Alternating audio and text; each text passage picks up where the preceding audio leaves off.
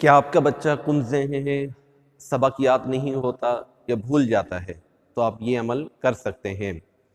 الحمدللہ رب العالمین، اللہ پاک کا کرم ہے، اللہ پاک کا کروڑوں احسان ہے کہ اللہ پاک نے ہمیں قرآن مجید سیکھنے اور سکھانے کی توفیق عطا فرمائی۔ آج ہماری تختی نمبر 7 کا دوسرا سبق ہے۔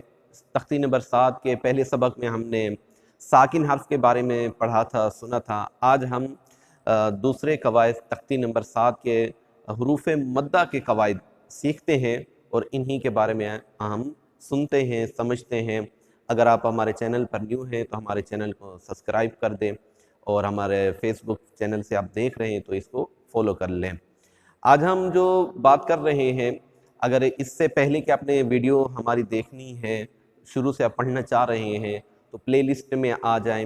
پلے لسٹ میں ہم نے پورا جو ہم نے شروع سے اب تک ویڈیو بنائی ہوئی ہیں سبق بہ سبق کی، تو اس سے بھی آپ قرآن مجید سیکھنے کا آغاز کر سکتے ہیں۔ اس کے ساتھ شارٹ ویڈیوز میں ہم نے ہر حرف کو پڑھ کے سنایا ہوا ہے، ہجے کر کے بتائے ہوئے کہ اس طرح ہجے کرنے ہیں، اور مزید بھی یہ سلسلہ جاری ہے۔ تو شارٹ ویڈیو سے بھی آپ مدد حاصل کر سکتے ہیں قرآن مجید سیکھنے اور سکھانے کے لیے، اور لانگ ویڈیو جو پلے لسٹ میں ہم نے ایڈ کی ہوئی ہیں ان سے بھی آپ مدد لے سکتے ہیں۔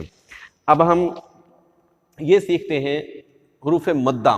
یہ اہم سبق ہے حروف مدہ کا، کہ اس کے بغیر اگر ہم یہ نہیں سمجھتے، اگر اس کے بارے میں معلومات نہیں ہے تو ہم قرآن مجید کو غلط انداز میں پڑھنے لگ جاتے ہیں۔ آئے سیکھتے ہیں۔ حروف مدہ 3 ہیں: الف مدہ، واو اور یا۔ الف، واو، یا۔ حروف مدہ 3 ہیں: الف، واو، یا۔ الف مدہ کب ہوگا اور کیسے ہوگا، یہ اس کے بارے میں سنتے ہیں۔ الف سے پہلے زبر ہو تو الف مدہ ہوگا۔ یہ دیکھ رہے ہیں آپ، الف ہے، یہ الف سے پہلے زبر آ رہی ہے۔ الف سے پہلے زبر آ رہی ہے تو یہاں پر یہ الف ہوگا، ٹھیک ہے، اس کو ہم الف مدہ کہیں گے۔ واو ساکن سے پہلے پیش ہو تو واو مدہ ہوگا۔ دیکھ رہے ہیں واو ساکن، اس علامت کو جزم کہتے ہیں، جس حرف پر جزم ہو اسے ساکن کہتے ہیں۔ اب واو ساکن ہے، واو ساکن سے پہلے پیش آ رہا ہے تو کیا ہوگا، یہ واو مدہ ہوگا۔ اس کے بعد تیسری جو ہمارا ہے، یا ساکن سے پہلے زیر ہو تو یا مدہ ہوگا۔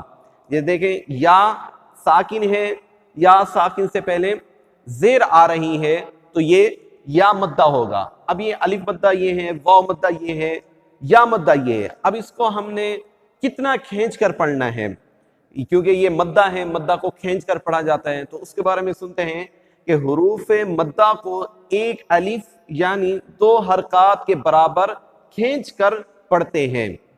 ایک الف یعنی 2 حرکات کے برابر ہم کھینچ کر پڑھتے ہیں، وہ ہم جب اگلا سبق پڑھیں گے تو اس میں آپ کو ہجے کرنے کا طریقہ، کہ ایک الف کتنا ہوتا ہے، 2 حرکات کے برابر کتنا ہوتا ہے، تو اس کے بارے میں آپ کو انشاءاللہ عزوجل پھر میں آپ کو بتاؤں گا۔ کن ذہن کے حوالے سے ہم نے دیکھا کہ اگر ہمارا بچہ کن ذہن ہے، یاد نہیں کر پاتا، باتیں بھول جاتا ہے، سبق بھول جاتا ہے، یا کوئی بڑا ہے تو وہ بھول جاتا ہے، تو بسم اللہ الرحمن الرحیم کو 786 مرتبہ پڑھ کر پانی پر دم کر کے پلائیں تو انشاءاللہ عزوجل اس کو بھولنے کی بیماری ختم ہو جائے گی۔ یہ وظیفہ جو ہے دعوت اسلامی کے مدنی پنج سورہ میں بھی لکھا ہوا ہے، وہاں سے بھی آپ دیکھ سکتے ہیں۔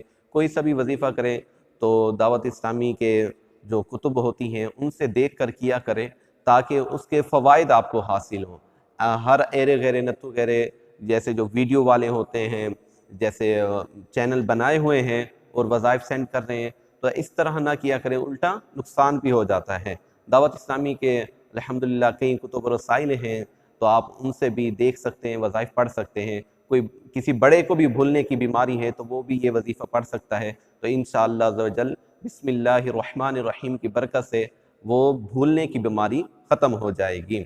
انشاءاللہ آئندہ ہم اس کو جو مدہ کا سبق ہے، اس سبق میں ہم پڑھیں گے کہ کس طرح کتنے حرکات کے برابر حروف مدہ کو کھینچ کر پڑھا جاتا ہے۔